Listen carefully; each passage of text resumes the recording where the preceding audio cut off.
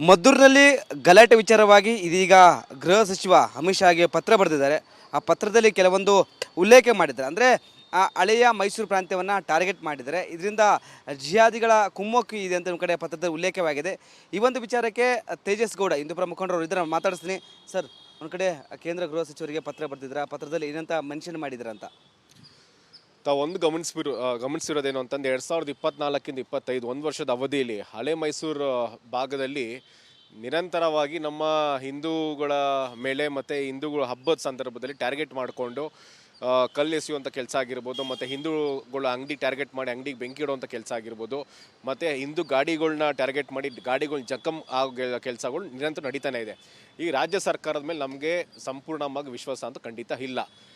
ಕಳೆದ ವರ್ಷ ನಾಗಮಂಗಲ ನಮ್ಮ ಊರು ನಾಗಮಂಗಲದಲ್ಲಿ ಆಗಿದಂಥ ವಿಚಾರ ಈಗ ಆಲ್ರೆಡಿ ಪೊಲೀಸ್ ಇಲಾಖೆ ಎಚ್ಚೆತ್ಕೋಬೇಕಾಗಿತ್ತು. ಎಚ್ಚೆತ್ಕೊಂಡು ಮದ್ದೂರು ಭಾಗದಲ್ಲಿ ಏನು ಗಣೇಶೋತ್ಸವ ಆಗ್ತಿದೆ, ಮದ್ದೂರೇ ಅಂತಲ್ಲ ಇಡೀ ಮಂಡ್ಯ ಭಾಗದಲ್ಲೇ ಅತಿ ಹೈ ಅಲರ್ಟ್ ಆಗಿ ಗಣೇಶ ಮೆರವಣಿಗೆ ಹೋಗೋವಂಥ ಕೆಲಸ ಮಾಡಬೇಕಿತ್ತು. ಆದರೆ ರಾಜ್ಯ ಗುಪ್ತಚರ ಇಲಾಖೆ ಸಂಪೂರ್ಣವಾಗಿ ವಿಫಲ ಆಗಿದೆ. ಸ್ಥಳೀಯ ಪೊಲೀಸರು ಸಂಪೂರ್ಣ ವಿಫಲವಾಗಿದ್ದಾರೆ. ನೀವು ಮಸೀದಿ ಮುಂದೆ ಟಮಟೆ ಹೊಡಿಬಾರ್ದು, ಮಸೀದಿ ಮುಂದೆ ನೀವು ವಾದ್ಯಗೋಷ್ಠಿ ಮಾಡಬಾರ್ದು ಅಂತ ಏನಕ್ಕೆ ಮಾಡಬಾರ್ದು ಅಂತೆಲ್ಲ ಕಾನೂನು ಇದೆಯಾ? ಪೊಲೀಸವ್ರು ನಾವು ಮೊದಲೇ ಹೇಳಿರ್ತೀರಿ ನೋಡಿ ಈ ದಾರಿಲಿ ಹೋಗುತ್ತೆ ಅಂತ, ಅದು ಬಂದೋಬಸ್ತ್ ಕೊಡುವಂಥ ಕೆಲಸವ ಸ್ಥಳೀಯ ಪೊಲೀಸವ್ರದ್ದು. ಇದೆಲ್ಲ ಒಳಗೊಂಡಂತೆಯೇ ಏನು ಮಸೀದಿಗಳಿಂದನೇ ಕಲ್ಲುಗಳು ಎಸೆಯುವಂಥದ್ದು, ಈ ಕಲ್ಲು ಎಸೆಯುವಂಥದ್ದು ಪ್ರವೃತ್ತಿ ನೀವು ಗಮನಿಸಿದ್ರೆ ಕಾಶ್ಮೀರಲ್ಲಿ ಮೊದಲು ಉಗ್ರಗಾಮಿಗಳು ಮಾಡ್ತಾಯಿದ್ರು. ತದನಂತರ UP, ಬಿಹಾರ್, ಅಸ್ಸಾಂ, ವೆಸ್ಟ್ ಬೆಂಗಾಲ್ ಈ ಕಡೆ ಎಲ್ಲ ಆಗ್ತಾ ಬಂದಿದೆ. ಅದೇ ಮನಸ್ಥಿತಿ ಕೆಲವು ಜಿಹಾದಿ ಮುಸಲ್ಮಾನರು ಉಗ್ರಗಾಮಿ ಮನಸ್ಥಿತಿ ಇರುವಂಥವ್ರು ಇವತ್ತು ನಮ್ಮ ಹಳೆ ಮೈಸೂರು ಭಾಗದಲ್ಲೂ ಹೆಚ್ಚಾಗಿದ್ದಾರೆ. ಮಸೀದಿಲಿ ಏನಕ್ಕೆ ಅಷ್ಟು ಕಲ್ಲು ಶೇಖರಣೆ ಮಾಡ್ಕೋತ ನನಗಂತೂ ಗೊತ್ತಿಲ್ಲ. ಮಸೀದಿ ಒಳಗಡೆ ಏನು ಮನೆ ಕಟ್ಕೋತಿದ್ದಾರಾ ಅಷ್ಟು ಕಲ್ಲುಗಳು ಇಟ್ಕೊಂಡು, ಅಥವಾ ಮಸೀದಿ ಮೇಲೆ ಇನ್ನೊಂದು ಮಸೀದಿ ಕಟ್ಕೋತಿದ್ದಾರಾ ಅದಂತೂ ಗೊತ್ತಿಲ್ಲ. ಮಸೀದಿಯಿಂದನೇ ಕಲ್ಲುಗಳು ಎಸಿತಾರೆ ನಮ್ಮ ರ್ಯಾಲಿ ಹೋಗೋ ಸಂದರ್ಭದಲ್ಲಿ ಅಂತಂದರೆ ಇವರ ಉದ್ದೇಶ ಒಂದೇ, ನಮ್ಮ ಹಿಂದೂಗಳು ಟಾರ್ಗೆಟ್ ಮಾಡೋದು, ಹಿಂದೂಗಳ ಮೇಲೆ ಹಲ್ಲೆ ಮಾಡೋದು, ಭಯದ ವಾತಾವರಣ ಸೃಷ್ಟಿ ಮಾಡೋದು. ಹಾಗಾಗಿ ಕೇಂದ್ರ ಗೃಹ ಇಲಾಖೆ ಇದ್ರ ಬಗ್ಗೆ ಇಂಟರ್ವ್ಯೂನ್ ಆಗಬೇಕು. ರಾಷ್ಟ್ರೀಯ ತನಿಖಾ ದಳ ಇದಕ್ಕೆ ಇಂಟರ್ವ್ಯೂನ್ ಮಾಡಿ ತನಿಖೆ ಒಳಪಡಿಸಬೇಕು ಅಂತ ಪತ್ರ ಬರೆದಿದೆ. ಗೌರ್ಮೆಂಟ್ ಮೇಲೆ ನಂಬಿಕೆ ಇಲ್ವಾ ಅಂತ, ಕಾಂಗ್ರೆಸ್ ಸರ್ಕಾರ ಮೇಲೆ ನಂಬಿಕೆ ಇಲ್ವಾ ಅಂತ? ರಾಜ್ಯ ಸರ್ಕಾರದ ಮೇಲೆ ಯಾವುದೇ ಕಾರಣಕ್ಕೂ ನಂಬಿಕೆ ಅಂತೂ ಖಂಡಿತ ಇಲ್ಲ. ಈ ರಾಜ್ಯ ಸರ್ಕಾರ ಹಿಂದೂ ವಿರೋಧಿ ಸರ್ಕಾರ. ಈ ರಾಜ್ಯ ಸರ್ಕಾರ ಮುಸಲ್ಮಾನರ ಪರ ಇರೋ ಸರ್ಕಾರ ಅಂತ ಸ್ವತಃ ಗೃಹ ಮಂತ್ರಿಗಳು, ರಾಜ್ಯ ಉಪಮುಖ್ಯಮಂತ್ರಿ ಮತ್ತು ರಾಜ್ಯದ ಮುಖ್ಯಮಂತ್ರಿಗಳೇ ಹೇಳ್ತಿದ್ದಾರೆ. ರಾಜ್ಯದ ಮುಖ್ಯಮಂತ್ರಿ 2 ದಿನದ ಹಿಂದೆ ಅರಮನೆ ಮೈದಾನದಲ್ಲಿ ನಡೆದಂಥ ಈದ್ ಮಿಲಾದ್ ಕಾರ್ಯಕ್ರಮದಲ್ಲಿ ಜಗತ್ತಿಗೆ ಶಾಂತಿ ಸಾರಿರುವಂಥ ಧರ್ಮ ಇದ್ದರೆ ಅದು ಇಸ್ಲಾಂ ಅಂತ ಹೇಳ್ತಾರೆ. ಅಂದರೆ ಇವ್ರು ಎಷ್ಟರ ಮಟ್ಟಕ್ಕೆ ಮುಸಲ್ಮಾನ್ ಓಲೈಕೆ ಮಾಡ್ತಿದ್ದಾರೆ ಅಂತಂತಂದರೆ, ಇವರೇ ಪಕ್ಷದಲ್ಲಿದ್ದಂಥ ಅಖಂಡ ಶ್ರೀನಿವಾಸ ಮೂರ್ತಿ ಅವರ ಮನೆಗೆ ಬೆಂಕಿ ಇಕ್ಕಿದವರು ಇದೇ ಶಾಂತಿ ದೂತರ. ಎರಡನೇದು DJ ಹಳ್ಳಿ KJ ಹಳ್ಳಿ ಘಟನೆ ಇದೇ ಶಾಂತಿ ದೂತರು ಮಾಡಿದ್ದ. ಹುಬ್ಳಿ ಘಟನೆ ಇದೇ ಶಾಂತಿ ದೂತರು ಮಾಡಿರೋದು. ಮೈಸೂರಲ್ಲಿ ಅವರ ತವರು ಜಿಲ್ಲೆ ಉದಯಗಿರಿಲಿ SP ಕಾರ್ಗೆ ಕಲ್ಲು ಹೊಡೆದ್ರಲ್ಲ ಇದೇ ಶಾಂತಿ ದೂತರು. ಅಂದರೆ ಕಲ್ಲು ಹೊಡೆಯೋರು, ಬೆಂಕಿ ಹಚ್ಚೋರು, ಕಾನೂನು ಕೈಗೆತ್ಕೊಳ್ಳೋರು ಸಿದ್ದರಾಮಯ್ಯ ಪ್ರಕಾರ ಶಾಂತಿ ದೂತರು. ಹಾಗಾಗಿ ಇಷ್ಟರ ಮಟ್ಟಕ್ಕೆ ಓಲೈಕೆ, ಇಷ್ಟೆಲ್ಲ ಆದರೂ ಸಹ ಈಗಲೂ ಓಲೈಕೆ ಮಾಡ್ತಾರೆ ಅಂತಂತಂದರೆ 100ಕ್ಕೆ 100ರಷ್ಟು ಈ ರಾಜ್ಯ ಸರ್ಕಾರ ಮೇಲೆ ನಂಬಿಕೆ ಅಂತೂ ಇಲ್ಲ. ಹಾಗಾಗಿ ನಾನು ಕೇಂದ್ರ ಸರ್ಕಾರಕ್ಕೆ ಪತ್ರ ಬರೆದಿದ್ದೀನಿ, ಇಂಟರ್ವ್ಯೂನ್ ಆಗಬೇಕು. ಕೇಂದ್ರ ಸರ್ಕಾರ NIA ಕೊಡಬೇಕಂತ ಈ ಒಂದು ತನಿಖೆ, ಈ ಒಂದು ವಿಚಾರವನ್ನು, ಈ ಒಂದು ಗಲಾಟೆನಂತ ನೋಡಿ. ಖಂಡಿತವಾಗ್ಲೂ ಇಂಟರ್ವ್ಯೂನ್ ಆಗಲೇಬೇಕು. 1 ವರ್ಷದ ಅವಧಿಯಲ್ಲಿ ಈ ಥರ 3 ದೊಡ್ಡ ಗಲಭೆ ಆಗಿದೆ ಹಳೆ ಮೈಸೂರು ಪ್ರಾಂತ್ಯದಲ್ಲಿ. ಏನಕ್ಕೆ? ಇದರ ಉದ್ದೇಶ ಏನು? ಇದು ಕುಮ್ಮಕ್ಕು ಕೊಡ್ತಿರೋದು ಯಾರು? ಸ್ವತಃ ಜಿಲ್ಲಾ ಉಸ್ತುವಾರಿ ಸಚಿವರಾದಂಥ ಚೆಲುವರಾಯ ನಾರಾಯಣ ಸ್ವಾಮಿ ಅವರು ಹೇಳಿದ್ದಾರೆ ಷಡ್ಯ ಏನಿದು ಇದು ಪ್ರೀ ಪ್ಲ್ಯಾನ್ ಆಗಿದೆ ಅಂತ. ಮತ್ತು ಹೊರಗಿನವ್ರು ಭಾಗಿಯಾಗಿದ್ದಾರೆ. ಅವ್ರ ಹಿಂದೆ ಇರುವಂಥ ನಿಷೇಧ ಸಂಘಟನೆ ಯಾವುದಿದೆ, ಇವರು ಎಲ್ಲರಿಗೂ ಸಹ ಕೆಲವು ಇಸ್ಲಾಮಿಕ್ ಫಂಡಮೆಂಟಲಿಸ್ಟು ಮತ್ತು ನಿಷೇಧಿತ ಸಂಘಟನೆಗಳು ಬೆಂಬಲವಾಗಿ ನಿಂತಿದೆ. ಹಾಗಾಗಿ ಇವರು ನಿರಂತರವಾಗಿ ಕಲ್ಲು ಎಸೆಯುವಂಥ ಕೆಲಸ ಮಾಡ್ತಿದ್ದಾರೆ. ಸರ್ಕಾರ ಸಪೋರ್ಟ್ ಇದೆನಾ? ನಿಮ್ಮ ಪ್ರಕಾರ, ಹೇಳೋ ಪ್ರಕಾರ ಸರ್ಕಾರನೇ ಸಪೋರ್ಟ್ ಇದೆನಾ? ಯಾಕಂದರೆ ವೋಟ್ ಬ್ಯಾಂಕ್ ಆಗಿ ಒಂದು ಸಮುದಾಯವನ್ನು ಓಲೈಕೆ ಮಾಡ್ತಿದ್ದಾನ. ಸರ್ಕಾರದ ಸಪೋರ್ಟು ಇವತ್ತು ರಾಜ್ಯದಲ್ಲಿ ಮುಸಲ್ಮಾನರಿಗೆ ಯಾವ ಮಟ್ಟಕ್ಕಿದೆ ಅಂತ ತಾವೆಲ್ಲ ನೋಡ್ತಾನೇ ಇದ್ದೀರಿ, ನಾವು ನೋಡ್ತಾ ಇದ್ದೀರಿ. ಅಂದರೆ ಎಷ್ಟರ ಮಟ್ಟಕ್ಕೆ ಅವ್ರ ಸಪೋರ್ಟು ಅಂತಂದರೆ ಕ್ರಿಮಿನಲ್ ಪ್ರಕರಣಗಳು ಹಿಂಪಡ್ಕೋತಾರೆ. DJ ಹಳ್ಳಿ KJ ಹಳ್ಳಿ ಘಟನೆ ಹಿಂಪಡ್ಕೋಬೇಕು ಅಂತ ಹೇಳ್ತಾರೆ. ಹುಬ್ಳಿ ಅಂತ ಪ್ರಕರಣಗಳು ಹಿಂಪಡ್ಕೋಬೇಕು ಅಂತ ಹೇಳ್ತಾರೆ. ಅಂದರೆ ಇವರ ಬೆಂಬಲ ಇಲ್ಲದೆ ಇವತ್ತು ಈ ಮಟ್ಟಕ್ಕೆ ಆಗ ಸಾಧ್ಯನಾ? ಈ ಸರ್ಕಾರ ಬಂದಾಗಿಂದ ವಿಧಾನಸೌಧದಲ್ಲಿ ಯಾವುದೋ ಒಂದು ಬಿಕಾರಿ ದೇಶದ ಪರ ಘೋಷಣೆ ಕೂಗ್ತಾರೆ. ಇವತ್ತು ಯಾವುದೋ ಒಂದು ಬಿಕಾರಿ ದೇಶದ ಪರ ಘೋಷಣೆ ಕೂಗಿದ್ದಾರೆ. ಇಷ್ಟೆಲ್ಲ ಆದರೂ ಸಹ ಇವ್ರು ಏನಕ್ಕೆ ಕಾನೂನು ಅವ್ರಿಗೆ ಒಳಗಡೆ ಅವ್ರ ಮೇಲೆ ಸೂಕ್ತ ಸೆಕ್ಷನ್ಗಳು ಹಾಕಿ ಬಂಧಿಸುವಂಥ ಕೆಲಸ ಏನಕ್ಕೆ ಮಾಡ್ತೀನಿ ಇನ್ನೋರ್ಗು. ಇವ್ರು ಇಷ್ಟು ಬೇಜವಾಬ್ದಾರಿತನ ಇವತ್ತು ಈ ಮಟ್ಟಕ್ಕೆ ಕಾರಣ. ಮತ್ತೆ ಕೆಲವು ಜಿಹಾದಿ ಮನಸ್ಥಿತಿ ಇರುವಂಥ ಮುಸಲ್ಮಾನರಿಗೆ ನೇರ ಎಚ್ಚರಿಕೆ ಕೊಡ್ತಾ ಇದ್ದೀನಿ. ಏನು ಅಂತಂತಂದರೆ, ಇನ್ನೂ ಒಂದು ಸತಿ ನಾವು ಹೋಗುವಂಥ ಮೆರವಣಿಗೆಗೆ ನೀವು ಇರೋದು ಪ್ರಾರ್ಥನೆ ಸ್ಥಳ, ನೀವು ಬಂದ್ರ ಪ್ರಾರ್ಥನೆ ಮಾಡಿದ್ರ ಪ್ರಾರ್ಥನೆ ಮುಗಿಸ್ಕೊಂಡು ಹೋಗಬೇಕು. ಕಲ್ಲು ಶೇಖರಣೆ ಮಾಡಿಕೊಂಡು ಅಲ್ಲಿಂದ ಕಲ್ಲು ಬಂತು ಅಂತಂದರೆ ನಿಮ್ಮ ಕಲ್ಲು ಹೊಡೆಯೋದಕ್ಕೂ ಸಹ ನಿಮ್ಮ ಕೈಗಳಿರಲ್ಲ. ಹಾಗೆ ನಾವು ಬುದ್ಧಿ ಕಲಿಸಿ ಅಂತ ಎಚ್ಚರಿಕೆ ಕೊಡೋಕೆ ಇಷ್ಟಪಡ್ತಾ ಇದ್ದೀನಿ. ಹೋರಾಟ ಮತ್ತೊಂದು ಕಡೆ ನೀವು ಎಚ್ಚರಿಕೆ ನೋಡಿ, ನಾವು ಕಾನೂನು ಮುಖಾಂತರನೂ ಹೋರಾಟ ಮಾಡ್ತೀರಿ.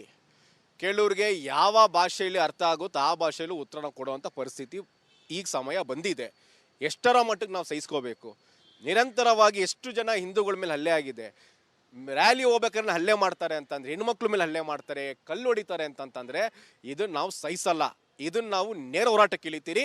ಯಾವ ಥರ ಹೋರಾಟ ಅಂತಂದರೆ, ಹಿಂದೂಗಳು ಶಾಸ್ತ್ರಕ್ಕೆ ಎಷ್ಟು ಪ್ರಾಮುಖ್ಯತೆ ಕೊಡ್ತೀರೋ ಅಷ್ಟೇ ಪ್ರಾಮುಖ್ಯತೆ ಶಸ್ತ್ರಕ್ಕೂ ಸಹ ಕೊಡ್ತೀರಿ.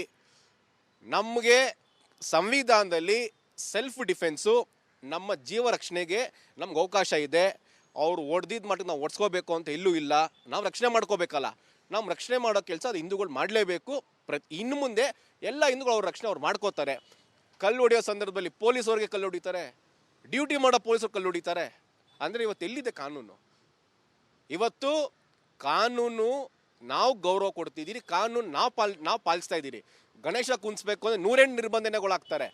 ಇಲ್ಲಿ ಹೋಗ್ಬೇಡಿ ಅಲ್ಲಿ ಹೋಗ್ಬೇಡಿ ಅಂತ ನಾನು ಸರ್ಕಾರ ಮತ್ತು ಪೊಲೀಸ್ ಇಲಾಖೆಗೆ ನಾನು ರಿಪಬ್ಲಿಕ್ ವಾಹಿನಿ ಮುಖಾಂತರ ಮನವಿ ಮಾಡ್ಕೊಡ್ತಾ ಇದ್ದೀನಿ. ಯಾವುದೇ ಹಿಂದೂ ಪರ ಸಂಘಟನೆ ಗಣೇಶ ಮಂಡಿ ನೀವು ನಿರ್ಬಂಧನೆ ಹಾಕಬೇಡಿ. ನೀವು ನಾವು ಗಣೇಶ ಕುಣಿಸ್ತೀರಿ, ದುರ್ಗಾ ಪೂಜೆ ಮಾಡ್ತೀರಿ ಅಂದರೆ ಫಸ್ಟ್ ನೀವು ಹೋಗಿ ಮಸೀದಿನ ಪರಿಶೀಲನೆ ಮಾಡಿ.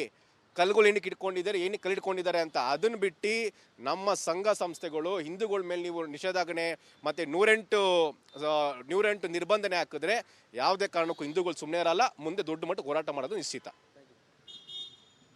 ಇದಿಷ್ಟು ಹಿಂದೂ ಮುಖಂಡ ತೇಜಸ್ ಗೌಡ ಅವರ ಮಾತಾಗಿತ್ತು. ಕ್ಯಾಮ್ರಾ ಪರ್ಸನ್ ಸದಾನಂದ ಜೊತೆ ವೀರೇಶ್, ರಿಪಬ್ಲಿಕ್ ಕನ್ನಡ, ಬೆಂಗಳೂರು. ಮದ್ದೂರಿನಲ್ಲಿ ಗಲಾಟೆ ವಿಚಾರವಾಗಿ ಇದೀಗ ಗೃಹ ಸಚಿವ ಅಮಿತ್ ಶಾಗೆ ಪತ್ರ ಬರೆದಿದ್ದಾರೆ.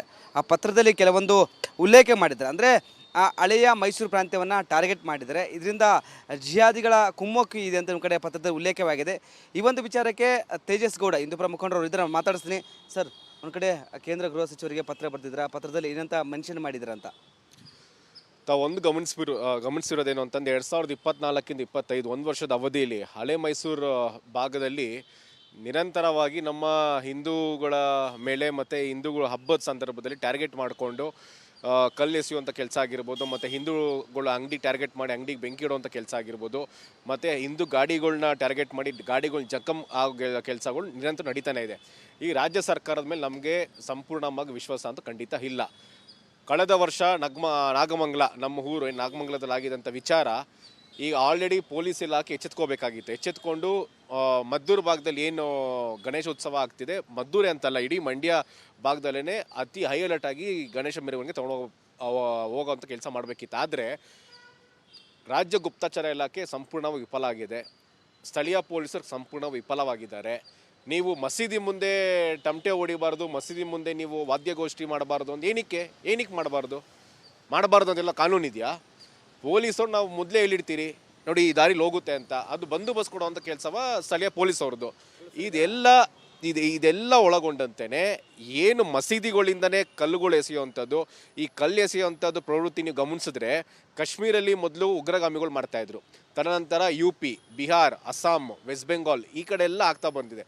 ಅದೇ ಮನಸ್ಥಿತಿ ಕೆಲವು ಜಿಹಾದಿ ಮುಸಲ್ಮಾನರು, ಉಗ್ರಗಾಮಿ ಮನಸ್ಥಿತಿ ಇರುವಂಥವ್ರು ಇವತ್ತು ನಮ್ಮ ಹಳೆ ಮೈಸೂರು ಭಾಗದಲ್ಲೂ ಹೆಚ್ಚಾಗಿದ್ದಾರೆ. ಮಸೀದಿಲಿ ಏನಕ್ಕೆ ಅಷ್ಟು ಕಲ್ಲು ಶೇಖರಣೆ ಮಾಡ್ಕೋತ ನನಗಂತೂ ಗೊತ್ತಿಲ್ಲ. ಮಸೀದಿ ಒಳಗಡೆ ಏನು ಮನೆ ಕಟ್ಕೋತಿದ್ದಾರಾ ಅಷ್ಟು ಕಲ್ಲುಗಳು ಇಟ್ಕೊಂಡು, ಅಥವಾ ಮಸೀದಿ ಮೇಲೆ ಇನ್ನೊಂದು ಮಸೀದಿ ಕಟ್ಕೋತಿದ್ದಾರಾ ಅದಂತೂ ಗೊತ್ತಿಲ್ಲ. ಮಸೀದಿಯಿಂದನೇ ಕಲ್ಲುಗಳು ಎಸಿತಾರೆ ನಮ್ಮ ರ್ಯಾಲಿ ಹೋಗೋ ಸಂದರ್ಭದಲ್ಲಿ ಅಂತಂದರೆ ಇವರ ಉದ್ದೇಶ ಒಂದೇ, ನಮ್ಮ ಹಿಂದೂಗಳು ಟಾರ್ಗೆಟ್ ಮಾಡೋದು, ಹಿಂದೂಗಳ ಮೇಲೆ ಹಲ್ಲೆ ಮಾಡೋದು, ಭಯದ ವಾತಾವರಣ ಸೃಷ್ಟಿ ಮಾಡೋದು. ಹಾಗಾಗಿ ಕೇಂದ್ರ ಗೃಹ ಇಲಾಖೆ ಇದ್ರ ಬಗ್ಗೆ ಇಂಟರ್ವ್ಯೂನ್ ಆಗಬೇಕು. ರಾಷ್ಟ್ರೀಯ ತನಿಖಾ ದಳ ಇದಕ್ಕೆ ಇಂಟರ್ವ್ಯೂನ್ ಮಾಡಿ ತನಿಖೆ ಒಳಪಡಿಸಬೇಕು ಅಂತ ಪತ್ರ ಬರ್ತೀವಿ. ಗೌರ್ಮೆಂಟ್ ಮೇಲೆ ನಂಬಿಕೆ ಇಲ್ವಾ ಅಂತ, ಕಾಂಗ್ರೆಸ್ ಸರ್ಕಾರ ಮೇಲೆ ನಂಬಿಕೆ ಇಲ್ವಾ ಅಂತ? ರಾಜ್ಯ ಸರ್ಕಾರದ ಮೇಲೆ ಯಾವುದೇ ಕಾರಣಕ್ಕೂ ನಂಬಿಕೆ ಅಂತೂ ಖಂಡಿತ ಇಲ್ಲ. ಈ ರಾಜ್ಯ ಸರ್ಕಾರ ಹಿಂದೂ ವಿರೋಧಿ ಸರ್ಕಾರ. ಈ ರಾಜ್ಯ ಸರ್ಕಾರ ಮುಸಲ್ಮಾನರ ಪರ ಇರೋ ಸರ್ಕಾರ ಅಂತ ಸ್ವತಃ ಗೃಹ ಮಂತ್ರಿಗಳು, ರಾಜ್ಯ ಉಪಮುಖ್ಯಮಂತ್ರಿ ಮತ್ತು ರಾಜ್ಯದ ಮುಖ್ಯಮಂತ್ರಿಗಳೇ ಹೇಳ್ತಿದ್ದಾರೆ. ರಾಜ್ಯದ ಮುಖ್ಯಮಂತ್ರಿ 2 ದಿನದ ಹಿಂದೆ ಅರಮನೆ ಮೈದಾನದಲ್ಲಿ ನಡೆದಂಥ ಈದ್ ಮಿಲಾದ್ ಕಾರ್ಯಕ್ರಮದಲ್ಲಿ ಜಗತ್ತಿಗೆ ಶಾಂತಿ ಸಾರಿರುವಂಥ ಧರ್ಮ ಇದ್ದರೆ ಅದು ಇಸ್ಲಾಂ ಅಂತ ಹೇಳ್ತಾರೆ. ಅಂದರೆ ಇವ್ರು ಎಷ್ಟರ ಮಟ್ಟಕ್ಕೆ ಮುಸಲ್ಮಾನ್ ಓಲೈಕೆ ಮಾಡ್ತಿದ್ದಾರೆ ಅಂತಂತಂದರೆ, ಇವರೇ ಪಕ್ಷದಲ್ಲಿದ್ದಂಥ ಅಖಂಡ ಶ್ರೀನಿವಾಸ ಮೂರ್ತಿ ಅವರ ಮನೆಗೆ ಬೆಂಕಿ ಇಕ್ಕಿದವರು ಇದೇ ಶಾಂತಿ ದೂತರ. ಎರಡನೇದು DJ ಹಳ್ಳಿ KJ ಹಳ್ಳಿ ಘಟನೆ ಇದೇ ಶಾಂತಿ ದೂತರು ಮಾಡಿದ್ದ. ಹುಬ್ಳಿ ಘಟನೆ ಇದೇ ಶಾಂತಿ ದೂತರು ಮಾಡಿರೋದು.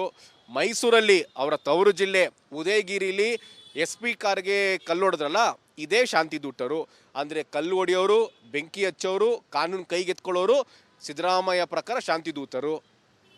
ಹಾಗಾಗಿ ಇಷ್ಟರ ಮಟ್ಟಕ್ಕೆ ಓಲೈಕೆ, ಇಷ್ಟೆಲ್ಲ ಆದರೂ ಸಹ ಈಗಲೂ ಓಲೈಕೆ ಮಾಡ್ತಾರೆ ಅಂತಂತಂದರೆ 100ಕ್ಕೆ 100ರಷ್ಟು ಈ ರಾಜ್ಯ ಸರ್ಕಾರ ಮೇಲೆ ನಂಬಿಕೆ ಅಂತೂ ಇಲ್ಲ.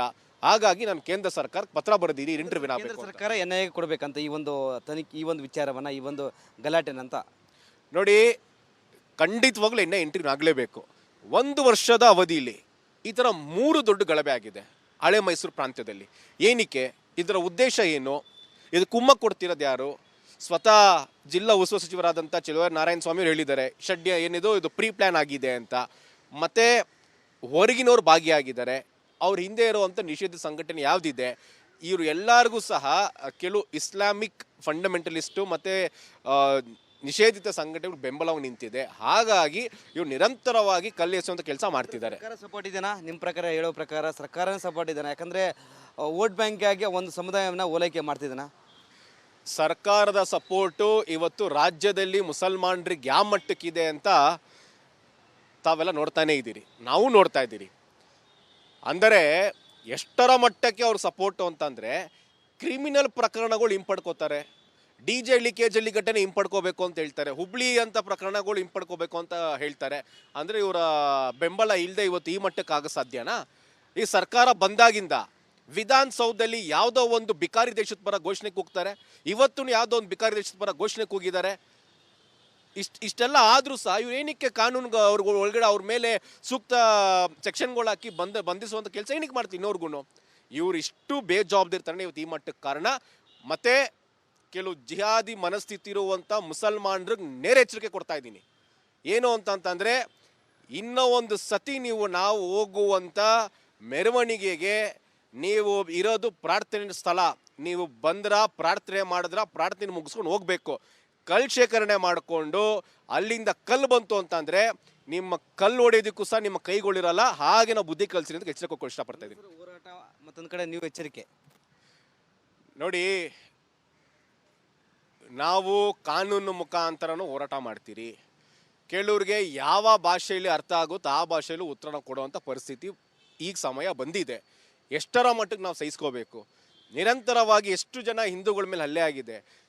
ರ್ಯಾಲಿ ಹೋಗ್ಬೇಕಾದ್ರೆ ಹಲ್ಲೆ ಮಾಡ್ತಾರೆ ಅಂತಂದರೆ, ಹೆಣ್ಮಕ್ಳ ಮೇಲೆ ಹಲ್ಲೆ ಮಾಡ್ತಾರೆ, ಕಲ್ಲು ಹೊಡಿತಾರೆ ಅಂತಂತಂದರೆ ಇದನ್ನು ನಾವು ಸಹಿಸಲ್ಲ.